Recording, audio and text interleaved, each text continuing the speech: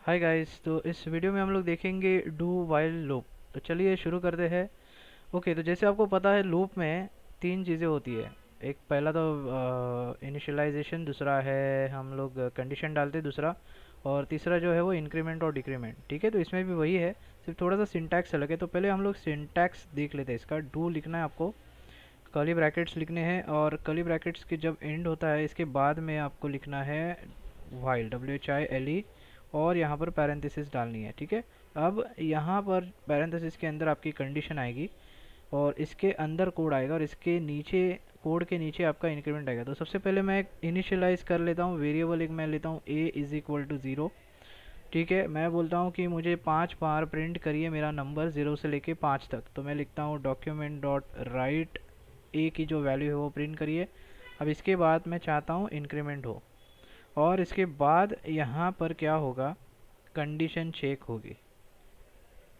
तो थोड़ा सा ध्यान दीजिए, यहाँ पर थोड़ा सा सिंटैक्स अलग है डू वाइल का। देखिए यहाँ पर होता क्या है, पहले हम लोग इनिशियलाइज करते हैं। ठीक है, फिर यहाँ पर डू करके कीवर्ड है, उस डू कीवर्ड के ज़रिए क्या होता है, पहले कोड रन होता है। भले आपकी कंडीशन यहाँ पर देखिए, आपकी कंडीशन जो है वो इस ब्रैकेट के बाद में आती है डू वाइल में। तो कंडीशन वो बाद में चेक करता है। वो पहले क्या करता है, पहले आपने जो कोड इसके अंदर जो लिखा है वो पहले रन करता है एक बार। ये इसका मतलब क्या हुआ, भले आपकी कंडीशन ट्रू हो या फिर फॉल्स हो, ये कम से कम एक बार रन होगा। देखिए मैं एक काम करता हूँ, अभी फ़िलहाल मैं इसको इक्वल टू करता हूँ। ठीक है, अब इक्वल टू होने से क्या हो जाएगा, ए ज़ीरो हो गया।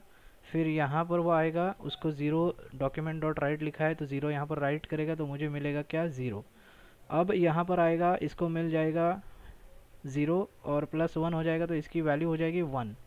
अब यहाँ पर आएगा और चेक करेगा one is equal equal five, यहाँ पर वो फॉल्स हो जाएगा। तो ये आगे नहीं बढ़ेगा, ये लूप बंद हो जाएगा। तो आपको दिखाई क्या देगा, सिर्फ ज़ीरो।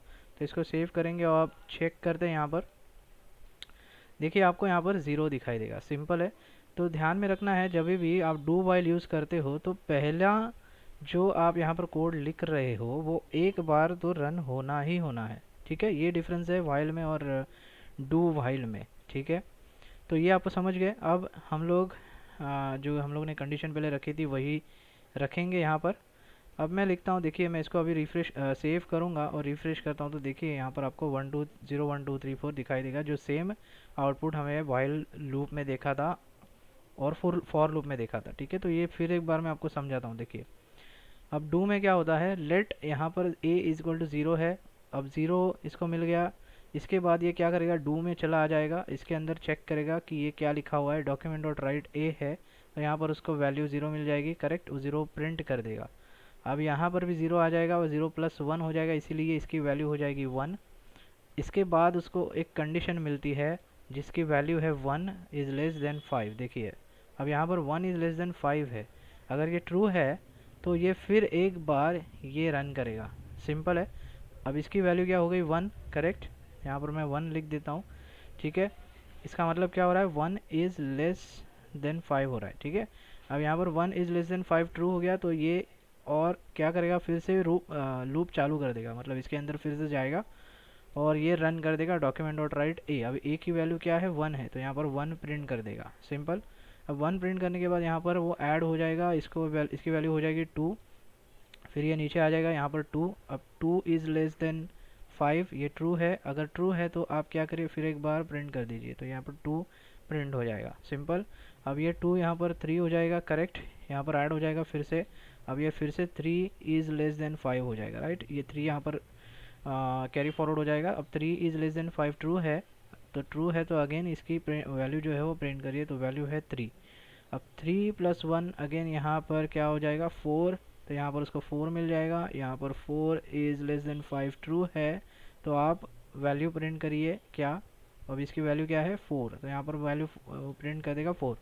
अब यहाँ पर आ जाएगा फोर प्लस वन, यहाँ पर फाइव, तो अगेन ये चेक करेगा five is five. Okay, five is less than five, नहीं, ये फॉल्स हो जाती है। फिर यहाँ पर वो स्टॉप कर देगा, आपको ये जो दिख रहा है 0 1 2 3 4 जो अभी यहाँ पर दिख रहा है वो दिखाई देगा। सिंपल है। अगर आप इसको वन करते हो तो अगेन आपको वो 1 2 3 4 आउटपुट देगा। सिंपल। अगर आप चाहते हो कि पाँच प्रिंट हो, एक से स्टार्ट हो लेकिन 5 बार प्रिंट हो। तो अगेन आपको पता है यहाँ पर आपको ये जो कंडीशन है, ये जो ऑपरेटर है, इसको चेंज करना पड़ेगा, तभी आपको यहाँ पर ये 5 दिखाई देगा। सिंपल, इतना क्लियर है। इतना, यही चीज़ जो हम लोगों ने फॉर लूप में की थी और वाइल में की थी वही चीज़ है, सिर्फ सिंटैक्स चेंज है, इतना सिर्फ आपको ध्यान में रखना है। अब ये जो इंक्रीमेंट है आप यहाँ से ऊपर भी लगा सकते हो, आपके ऊपर डिपेंड करता है जैसे कोड जैसा लॉजिक है इसके लिए। अब यहाँ पर मैं देखिए रिफ्रेश करता हूँ तो यहाँ पर 2 मिल जाएगा। क्यों 2? बिकॉज यहाँ पर आप 1 से स्टार्ट कर रहे हो और यहाँ पहले ही उसको बढ़ा दे रहे हो, मतलब यहाँ पर उसकी वैल्यू हो जाती है 2। कहाँ पे? यहाँ पे। तो ये क्या करेगा, फिर पहले 2 प्रिंट करेगा, तो इसकी पहली वैल्यू क्या होगी? 2 होगी। सिंपल, इसीलिए यहाँ से 2 से स्टार्ट हो रहा है और कुछ नहीं है इसमें। ओके, तो ये सिर्फ ध्यान में रखना है। और अगर आपको चाहिए तो मैं चलिए दिखाई देता हूँ इसमें भी आपको। अगर यूएल एल में प्रिंट कराना है, अगर मैं मान लो मुझे वो ही सेम चीज़ प्रिंट करनी है, तो इसमें भी मैं कर सकता हूँ। सिंपल सी चीज़ है, यहाँ पर आपको लिखना है पहले यूएल डॉक्यूमेंट डॉट, मैं राइट लिखूँगा और इसमें लिखूँगा मेरा यूएल वाला टैग। ठीक है, ओके। चलो एक काम करते हैं, इस बार हम लोग टेबल में करते हैं, तो मैं यहाँ पर लिखता हूँ टेबल। ठीक है, मैं चाहता हूँ कि ये जो चीज़ आ रही है, मुझे एक्चुअली ये नहीं, अभी आगे मैं करने वाला हूँ वो, ये नंबर नहीं, मैं प्रिंट करने वाला हूँ किशोरी ट्यूटोरियल्स, तो यहाँ आगे मैं चेंज करूँगा।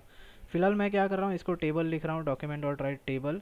ऊपर एक टेबल आएगा ओपन टैग और नीचे इसका क्लोज टैग आ जाएगा। सिंपल है, यहाँ पर क्लोज हो जाएगा टेबल।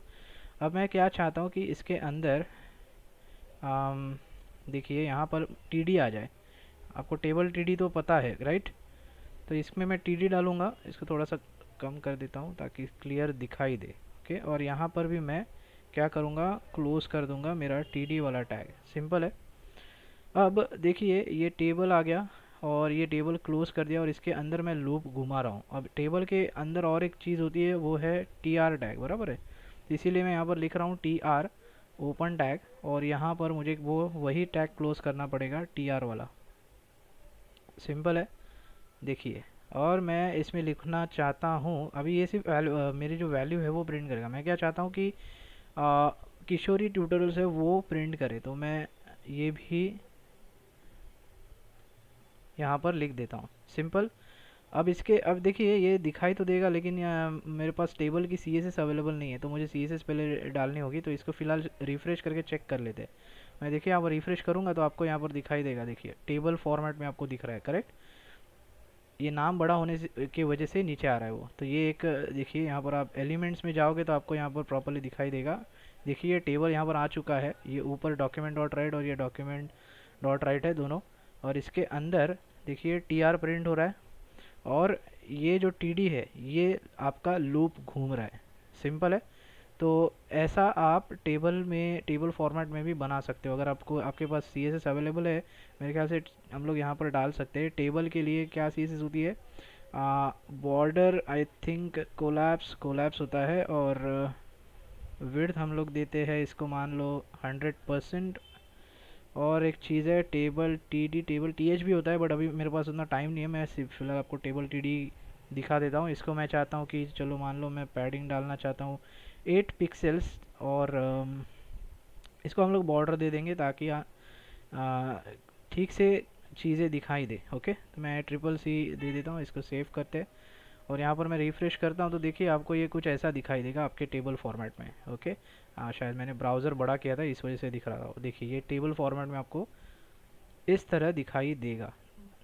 ओके गाइस, तो आप इसमें HTML भी डाल सकते हो, ये ऐसी कुछ चीज़ें कर सकते हो। तो आई होप आपको ये समझ में आया है। अगर फिर भी कुछ समझ में नहीं आ रहा है तो मुझे आप कमेंट बॉक्स में पूछो, मैं उसका आंसर आपको ज़रूर दूंगा। तो बस गाइस इस वीडियो में इतना ही, मिलते हैं अगले वीडियो में। Thanks for watching.